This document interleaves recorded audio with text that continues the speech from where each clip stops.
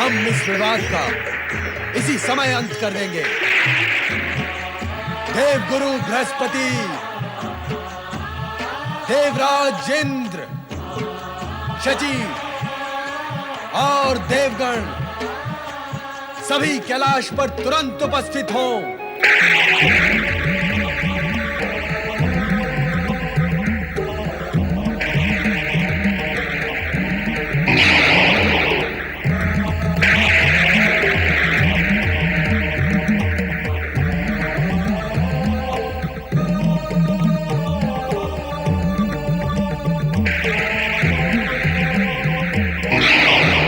जय शिव शंकर।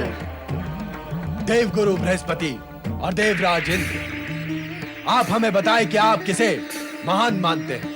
आप ही को महान मानते हैं परमेश्वर। हाँ भोलेनाथ, आपसे बढ़कर महान अन्य कौन है? आप दोनों जानते हैं कि हम किसकी महानता के विषय में पूछ रहे हैं, फिर भी आप उल्टी दिशा में जा रहे हैं। हमें स्पष्ट उत्तर दें कि ब्रह्मा जी और विष्णु जी में कौन महान है?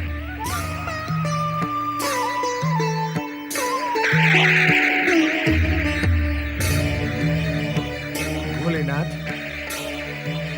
देवगुरु बृहस्पति और देवराज इंद्र आपका ये क्रोध देखकर मानसिक रूप से असंतुलित हो गए हैं। वो अपने मन की बात कहने का साहस नहीं जुटा पा रहे हैं। कृपया आप उन्हें क्षमा कर दें और अपना ये क्रोध शांत करें। भोलेनाथ, शांत करें। हमारे शांत हो जाने से यह विवाद समाप्त नहीं होगा नारद। यदि ये दोनों कुछ भी कहने की स्थिति में नहीं है, तो हम ब्रह्मा जी और विष्णु जी को कैलाश पर आमंत्रित करके इस विवाद को जड़ सहित मिटा देंगे। ब्रह्मदेव कैलाश पधारे।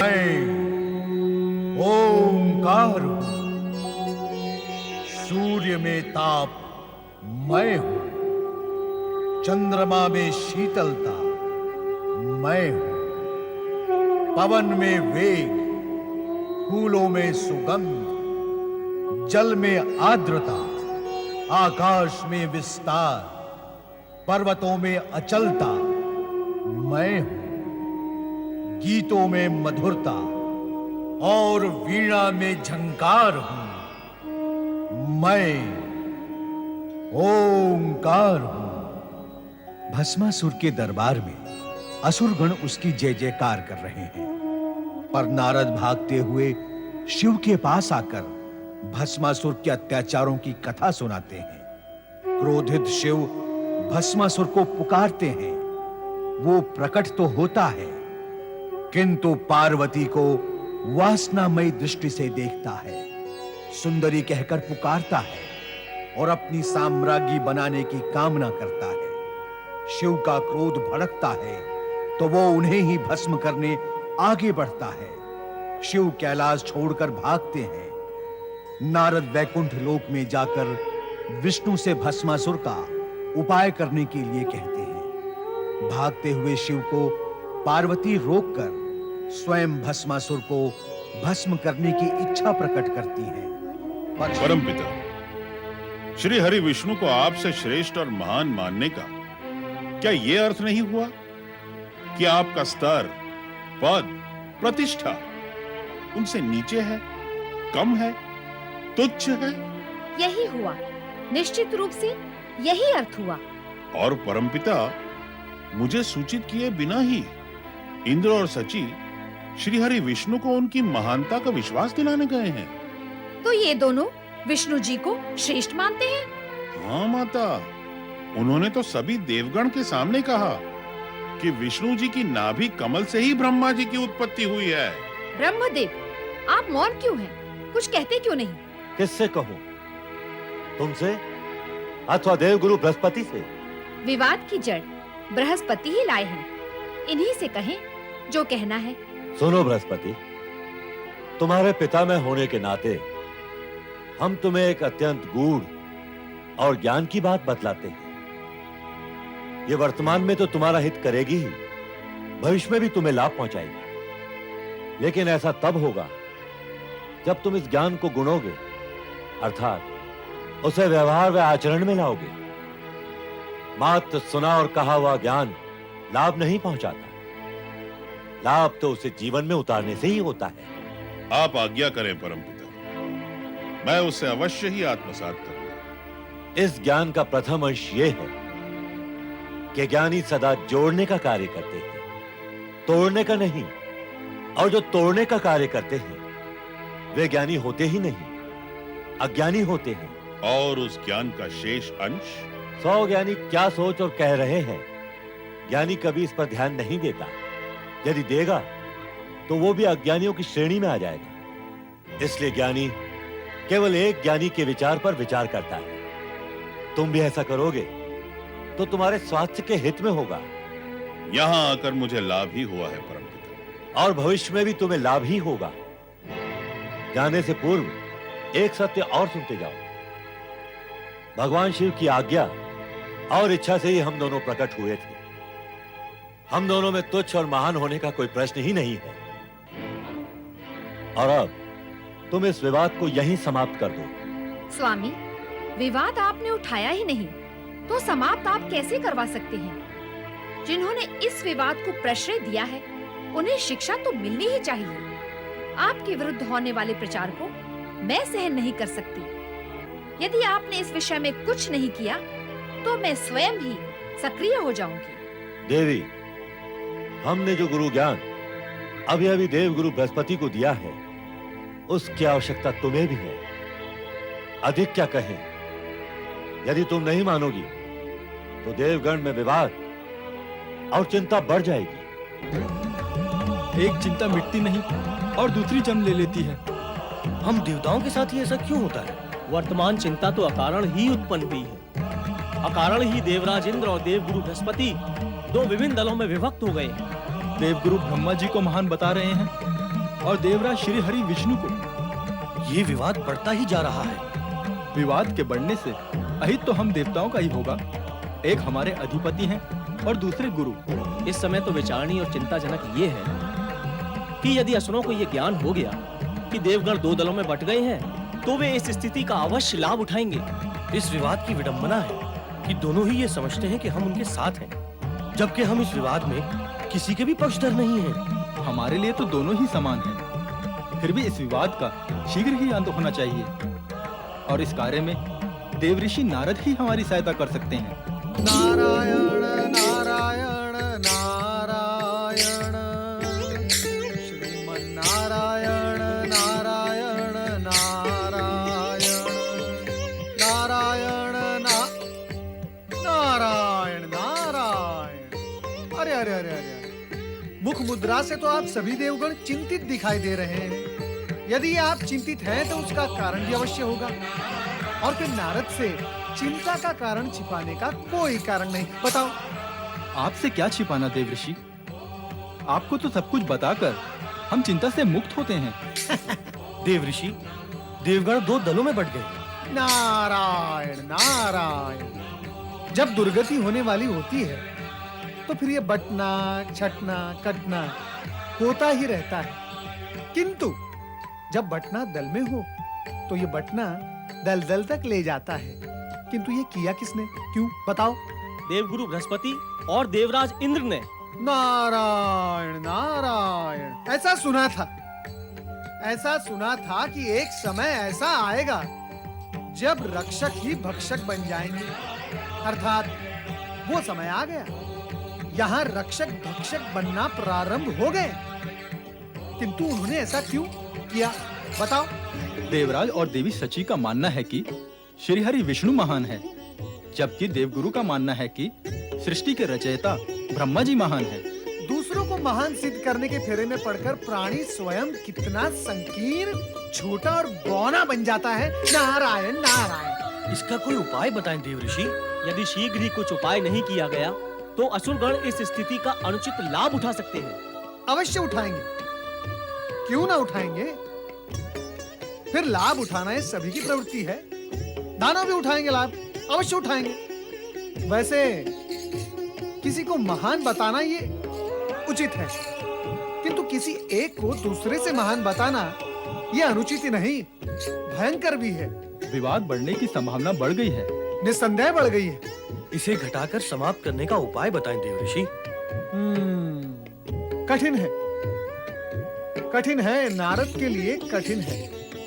हाँ, टक्कर यदि देव और दानव में हो तो नारद उपाय बता सकता है, या दानव और मानव में टक्कर हो तो नारद उपाय बता सकता है, या तो फिर देव और मानव में टक्कर हो तो भी नारद उपाय बता सकता है। किंतु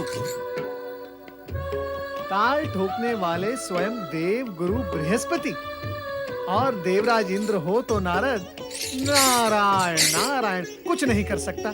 तो फिर कौन कर सकता है? वही बभूतधारी, चर्मधारी, त्रिशूलधारी, त्रिकालदर्शी भगवान भोलेनाथ। आप सभी को उन्हीं की शरण में जाना चाहिए।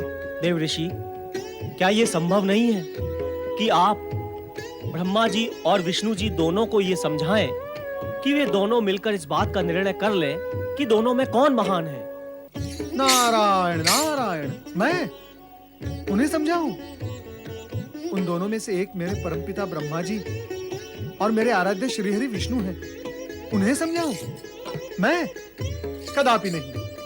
पवन देव, कलयुग को आने में अभी कुछ समय शेष है। कलयुग में ऐसा होगा जब पुत्र और शिष्य अपने पिता और गुरु को कुछ नहीं समझेंगे, स्वयं तो कुछ नहीं समझेंगे किंतु उन्हें समझाएंगे।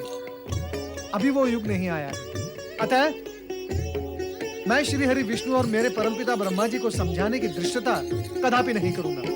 आप ना समझाएं तो क्या वे दोनों स्वयं चर्चा करके समझने का कार्य नहीं कर सकेंगे? अग्निदेव, उन्हें समझने की आवश्यकता है क्या?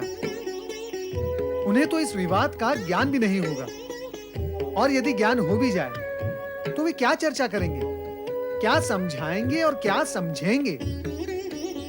क्या श्री हरि विष्णु परमपिता ब्रह्मा जी से ये कहेंगे कि वर्षा ऋतु से लेकर शरद ऋतु तक मैं महान रहूंगा और आप हीन रहना? और फिर परमपिता ब्रह्मा जी श्री हरि विष्णु से ये कहेंगे कि शरद ऋतु से लेकर ग्रीष्म ऋतु तक मैं महान रहूंगा और आप दीन रहेंगे? नारायण नारायण। और फिर श्री हरि विष्णु परमपिता ब्रह्मा जी का प्रस्ताव मान्य करते हुए कहेंगे, हाँ हाँ यही उचित होगा। आप तो विनोद करने लगे देव ऋषि। विनोद ही तो कर रहा हूँ, किसी का विरोध तो नहीं कर रहा हूँ। आप तो अपने ही गुरु और अधिपति का विरोध कर रहे हैं, उन्हें अज्ञानी और नासमझ समझकर। समझे? सत्य तो यह है कि वे दोनों ही महान हैं। गुरु बृहस्पति और देवराज इंद्र ने अकारण ही ये विवाद खड़ा कर दिया है। फिर भी अंतिम निर्णय तो भगवान भोलेनाथ ही देंगे। आपको उनकी ही शरण में जाना चाहिए। चले कैलाश भगवान शिव के पास। जय जय शिव शंकर, जय जय भोलेनाथ, जय जय शिव शंकर, जय जय भोलेनाथ, जय जय शिव शंकर, जय जय भोलेनाथ।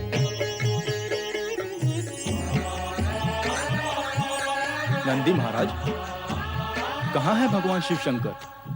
माता पार्वती भी कहीं दिखाई नहीं दे रही। माता पार्वती तो गणेश और कार्तिकेय के पास गई हैं। और भगवान शिव? वे कहाँ गए हैं ये हम भी नहीं जानते। हम स्वयं उन्हीं की प्रतीक्षा कर रहे हैं। हमें तो उनसे आवश्यक निवेदन करना था। कहें तो वरुण देव, क्या निवेदन करना था? नहीं नंदी महाराज, यह तो हम भगवान भोलेनाथ के अतिरिक्त अन्य किसी को नहीं बता सकते। किंतु स्वर्ग लोक से सदा देवराज इंद्र अथवा देवगुरु बृहस्पति ही निवेदन करने आते हैं। वे आज क्यों नहीं आए? वे अन्यत्र किसी अन्य कार्य में व्यस्त हैं। यदि आप हमें कुछ बताना नहीं चाहते तो ना सही, हमारी भांति मौन रहकर भगवान भोलेनाथ की प्रतीक्षा करें, अन्य कोई उपाय नहीं। देवगण कैलाश से प्रस्थान तो कर गए, किंतु उनकी चिंता तथा उद्विग्नता समाप्त नहीं हुई। यद्यपि महानता के विषय को लेकर चिंतित तथा उद्विग्न स्वयं श्री हरि विष्णु एवं ब्रह्मा जी भी थे, किंतु समस्या का समाधान किसी के पास नहीं था। इसी विषय को लेकर नंदी तथा शिवगण अभी तक व्यग्रता से त्रिकालदर्शी भोलेनाथ की प्रतीक्षा कर रहे थे कि वे कैलाश पर प्रकट हों और उनका मार्गदर्शन करें। नारायण नारायण। राम देव ऋषि। कल्याण भो। नंदी महाराज, अब आपकी प्रतीक्षा की घड़ी समाप्त हो रही है। देव ऋषि, आपको कैसे ज्ञात हुआ कि हम भगवान भोलेनाथ की प्रतीक्षा कर रहे हैं? नारायण नारायण। नंदी महाराज, सामान्य सत्य ये है कि भगवान भोलेनाथ का आसन रिक्त है, और फिर ऐसी परिस्थिति में आप परमपिता ब्रह्मा जी अथवा श्रीहरि विष्णु की प्रतीक्षा तो करने से रहे, है ना? मैं उन्हीं के आदेश से यहाँ उपस्थित हुआ हूँ।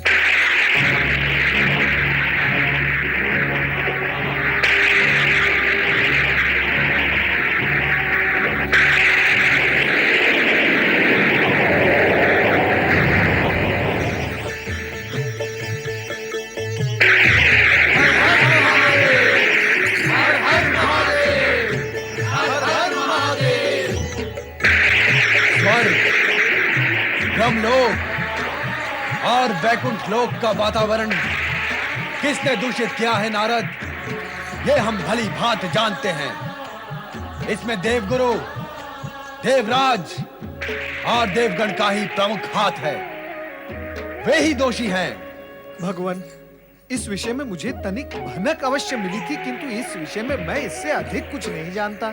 नारद, जब तुम्हें ब्रह्मा विष्णु के महानता के विवाद के विषय में ज्ञात हो ही गया था, तो तुम्हें तुरंत उनके पास जाकर उन्हें इस विषय से अवगत कराना चाहिए था, किंतु तुमने इस विषय में कोई रुचि नहीं ली, क्योंकि तुम प्रतीक्षा करते रहे कि विवाद तूल पकड़े, विषय गंभीर हो जाए तो तुम्हें भी अपनी नारद लीला प्रकट करने का अवसर मिले। अपनी लीला प्रकट करने के प्रलोभन में तुम मौन रहे। नहीं भोलेनाथ, नहीं, ऐसा कदापि नहीं है। मैं सर्वथा निर्दोष हूँ भोलेनाथ। लीला दिखाने का विचार अथवा उद्देश्य मेरा कदापि नहीं था। कृपया आप मुझे अपने कोप का भाजन न बनाए भोलेनाथ। हाँ, मैंने देवगण को इतना अवश्य कहा था भोलेनाथ कि इस विवाद को केवल भगवान भोलेनाथ ही सुलझा सकते हैं, और ये सत्य भी है भोलेनाथ। इसी उद्देश्य को लेकर मैं आपके पास आया भी था। यहाँ आए थे, किंतु अधीर होकर बिना प्रतीक्षा किए चले भी गए। क्या अब उनमें इतना भी धैर्य नहीं रहा कि हमारे लौटने तक हमारी प्रतीक्षा करते? हम इस विवाद का इसी समय अंत कर देंगे। देव गुरु बृहस्पति, देवराज इंद्र, शची और देवगण सभी कैलाश पर तुरंत उपस्थित हों।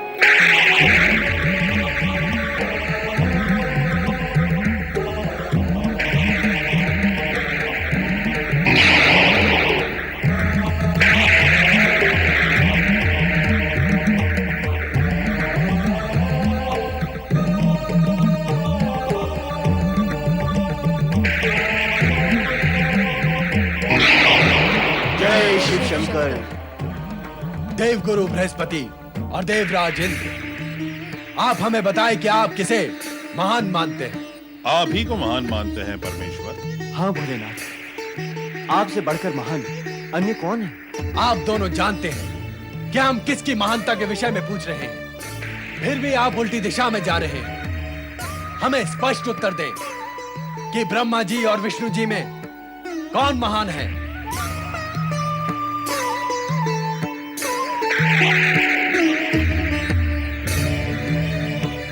भोलेनाथ,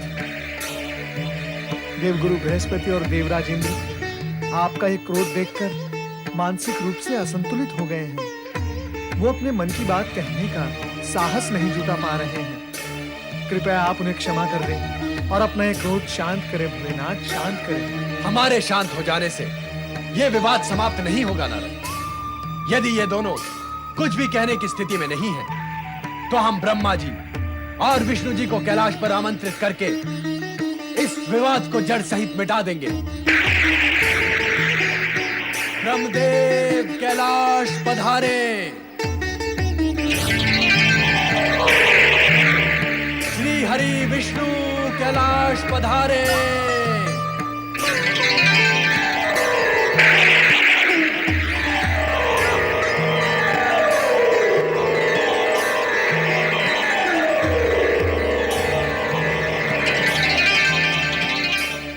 आज्ञा करें भोलेनाथ।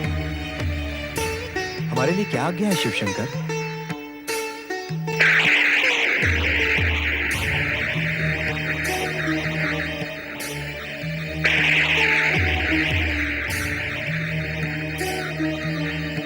दोनों भी हमारे समान सर्वज्ञ हैं। अतः ये अवश्य जानते होंगे कि हमने आपको यहाँ किस लिए बुलाया है। हम आपके शब्दों में सुनना चाहते हैं कि आप दोनों में महान कौन है।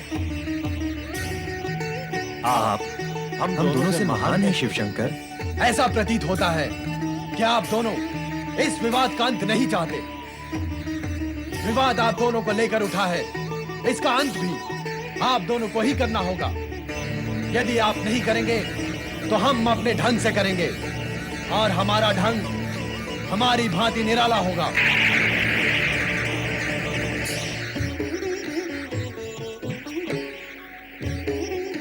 ब्रह्मदेव, जब देवगुरु बृहस्पति ने आपसे कहा कि आप महान हैं, तो आपने उन्हें क्या उत्तर दिया? ऐसी बात का क्या उत्तर देता मैं? अभी अभी आपने हमें क्या उत्तर दिया? जब हमने आपसे पूछा कि आप दोनों में महान कौन है, तो आपने प्रश्न की दिशा को बदल दिया और हमें महान बताया। अर्थात जो भी आपके सामने होगा, आप उसे महान बताएंगे। देवगुरु के प्रश्न के समय यदि श्री हरि विष्णु आपके सम्मुख होते, तो आप संभवतः इन्हें महान बताते। ये आपके सम्मुख नहीं थे, तो आप देवगुरु से ये नहीं कह सके कि महान आप नहीं, श्री हरि विष्णु हैं।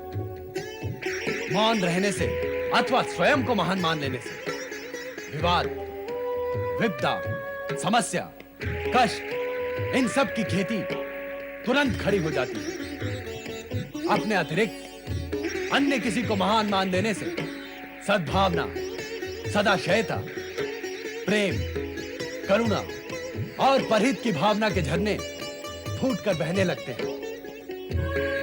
जग कल्याण और जग शांति के लिए यही अपेक्षित भी है। यदि आप उस समय देवगुरु बृहस्पति के सम्मुख श्री हरि विष्णु को महान मान लेते, तो यह विवाद वहीं समाप्त हो जाता। किंतु अब यह विवाद तो यात्रा करता हुआ यहां कैलाश तक आ पहुंचा है।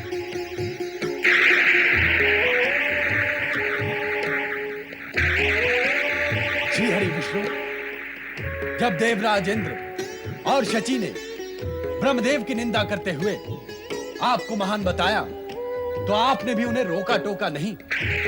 आपने उनसे कहा नहीं कि महान तो ब्रह्मदेव है। यह भी नहीं कहा कि सम्मुख खड़े होकर प्रशंसा करने और महान बताने वाले अस्थिर बुद्धि के प्राणी होते हैं। और श्री हरि विष्णु, इस विषय और विवाद को लेकर जब देवी लक्ष्मी उत्तेजित हुई, तो आपने उन्हें समझाने का प्रयत्न तो किया, किंतु आधे मन से। ब्रह्मदेव ने भी देवी सरस्वती को आधे मन से ही समझाया। उन दोनों की स्थिति को स्पष्ट रूप से न समझने का परिणाम मंगलकारी नहीं हो सकता। आप दोनों के लिए यही उचित था कि उस समय तुरंत एक दूसरे से भेंट करके तथा एक दूसरे को महान बताकर इस मिथ्या विवाद का अंत उसी समय कर देते। महान विभूतियों की महानता यदि उनके अनुयायियों में विवाद का कारण बनकर ताल बेताल नृत्य करने लगे और समय रहते यदि उस नृत्य को रोका न जाए, तो महान विभूतियों की महानता पाताल प्रवेश करने में अधिक विलंब नहीं करती। अतः जो महान है, उन्हें अपनी महानता की रक्षा के लिए अपने अनुयायियों, मित्रों और शुभचिंतकों को अपने समान महान बनाने का प्रयत्न करना चाहिए। हम त्रिदेव समान रूप से महान हैं, अर्थात अपने अपने स्थान पर स्थित हैं। शिवशंकर, हमें अपनी भूल का ज्ञान हो गया है, और इसके लिए हम प्रायश्चित भी करना चाहते हैं शिवशंकर। तपस्या से बढ़कर अन्य कोई प्रायश्चित नहीं। हमें प्रसन्नता होगी यदि इस विवाद में लिप्त सभी तपस्या द्वारा प्रायश्चित करके अपना मन व आचरण शुद्ध करें। ओम नमः शिवाय, ओम नमः शिवाय, ओम नमः शिवाय, ओम नमः शिवाय, ओम नमः शिवाय, ओम नमः शिवाय। ब्रह्मदेव, ब्रह्मदेव, आप कहाँ अदृश्य हो गए हैं ब्रह्मदेव? कृपा करके शीघ्र ही प्रकट हो जाइए ब्रह्मदेव। किंतु आप हैं कहाँ? मैं अपनी दिव्य दृष्टि से ये ज्ञात कर लूंगी कि आप कहाँ हैं।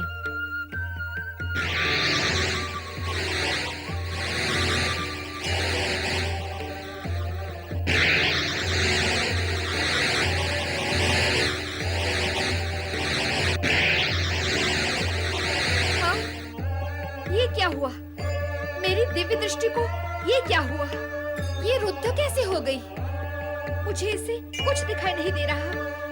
तो फिर कैसे ज्ञात होगा कि ब्रह्मदेव कहाँ गए हैं? हो सकता है कि वे श्री हरि विष्णु के पास गए हों और वहाँ उनसे उग्र विवाद हो गया हो। तो फिर मुझे तुरंत वहाँ पहुँचना चाहिए। श्री हरि कहाँ है ये ज्ञात नहीं। आज मेरी दिव्य दृष्टि क्यों अवरुद्ध है ये भी ज्ञात नहीं। लगता है ये कार्य ब्रह्मा जी का ही होगा। उन्होंने मेरे स्वामी को बुलाकर उनके सम्मुख अपनी महानता का बखान किया होगा। लगता है ऐसे में मुझे तुरंत ब्रह्मलोक पहुंचना होगा।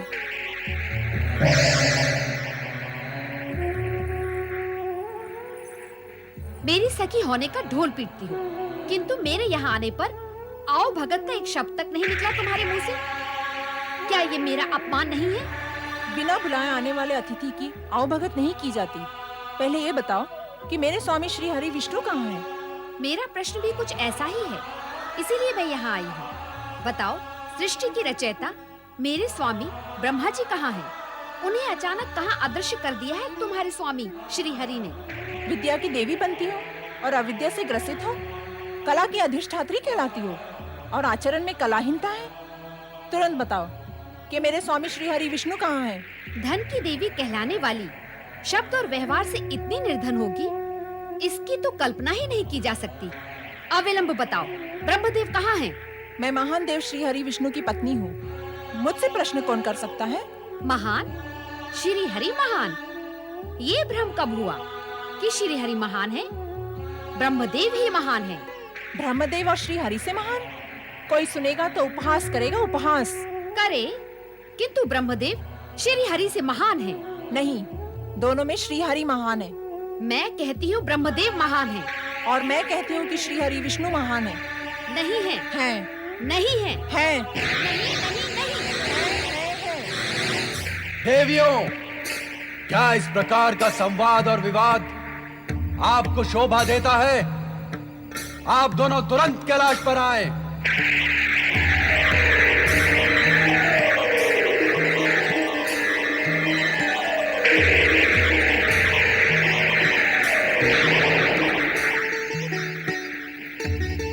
ओम नमः शिवाय।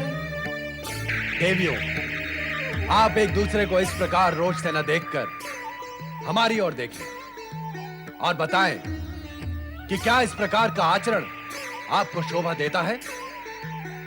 आप दोनों जगत पूज्य देवियां हैं। आपके जिन भक्तों ने अपने मन मंदिर में आपकी प्रतिष्ठा बनाकर रखी है, यदि उन्हें ज्ञात हो जाए कि आप तो अकारण ही निम्न स्तर पर उतर आती हैं, तो आपके भक्त कौन से स्तर पर पहुंचेंगे?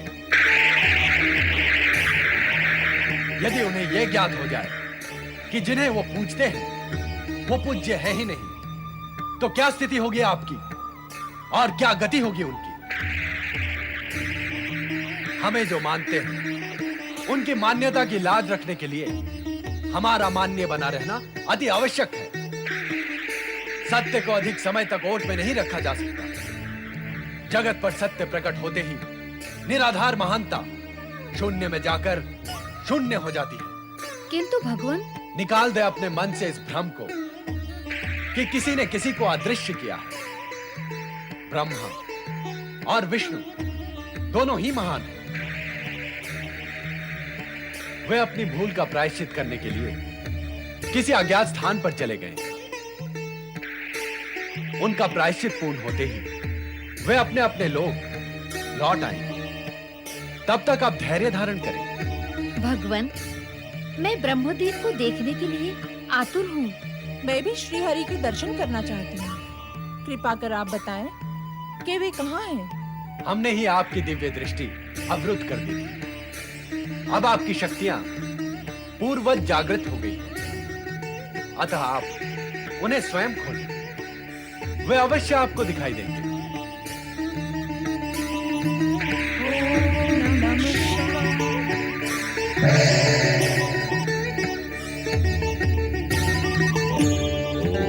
नमः शिवाय।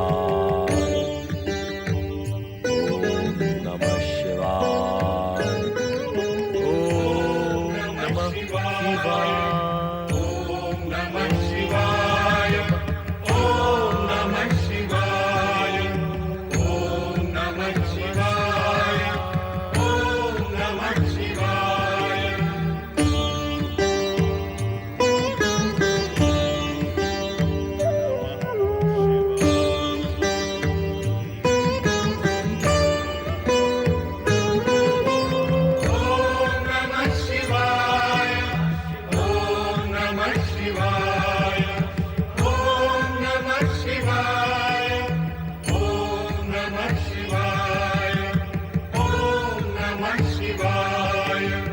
ओम नमः शिवाय। माता पार्वती की जय, कुमार स्वामी कार्तिकेय की जय, श्री गजानन गणेश की जय, भगवान भोलेनाथ की जय। प्रणाम पिता श्रेष्ठ।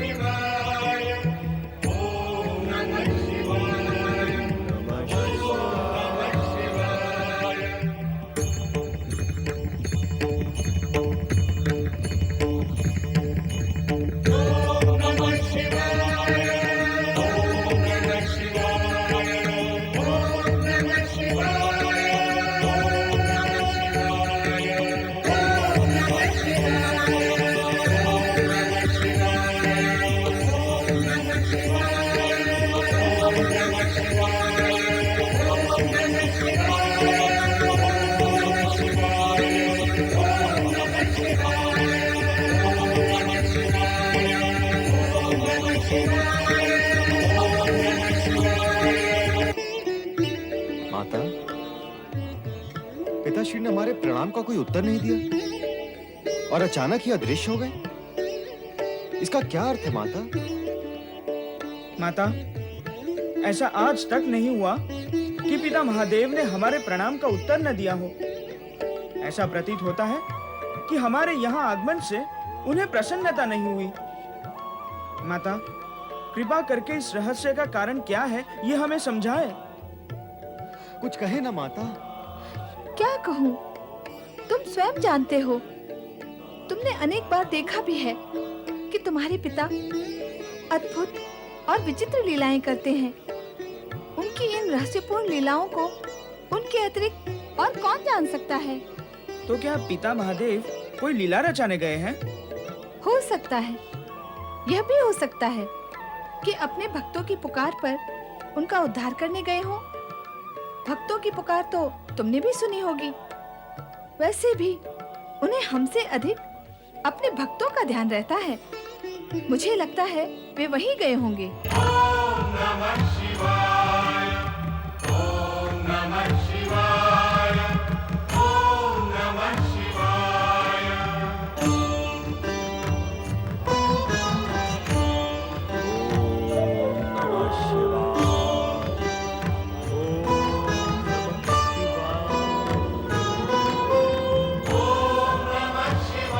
शिव आराधकों, हम आप सभी की एक निष्ठ आराधना से प्रसन्न हैं। मांगो, क्या वरदान मांगते हो? आशुतोष शिव शंकर, प्रणाम। अनजाने ही महानता के भ्रम में पड़कर मैंने अहंकार को प्रश्रय दिया और अकारण विवाद उत्पन्न किया, किंतु आपने अल्प प्रायश्चित से प्रसन्न होकर अपनी महानता का परिचय दिया है। प्रसन्न है, इसीलिए वरदान देने के लिए यहाँ है।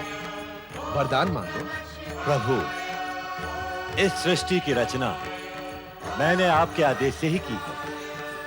इस जगत का एक और नाम भव भी है। अतः मेरी आपसे प्रार्थना है कि आप इस भव के भीतर समाहित होकर भवनाथ के रूप में उत्पन्न हो।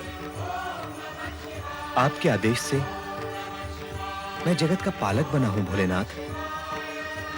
मैं चाहता हूं कि आप मेरे द्वारा पालित इस जगत में समाहित होकर भवनाथ के रूप में प्रकट हो। हम आप सभी की तपस्या से प्रसन्न हो।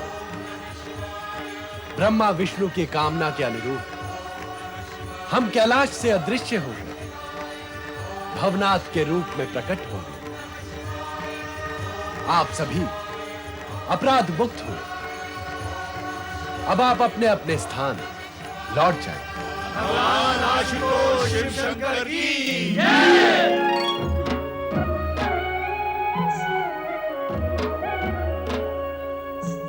देवी, हमें अपनी दिव्य दृष्टि का प्रयोग करके देखना चाहिए कि ये दोनों कहीं कैलाश तो नहीं पहुंच गए।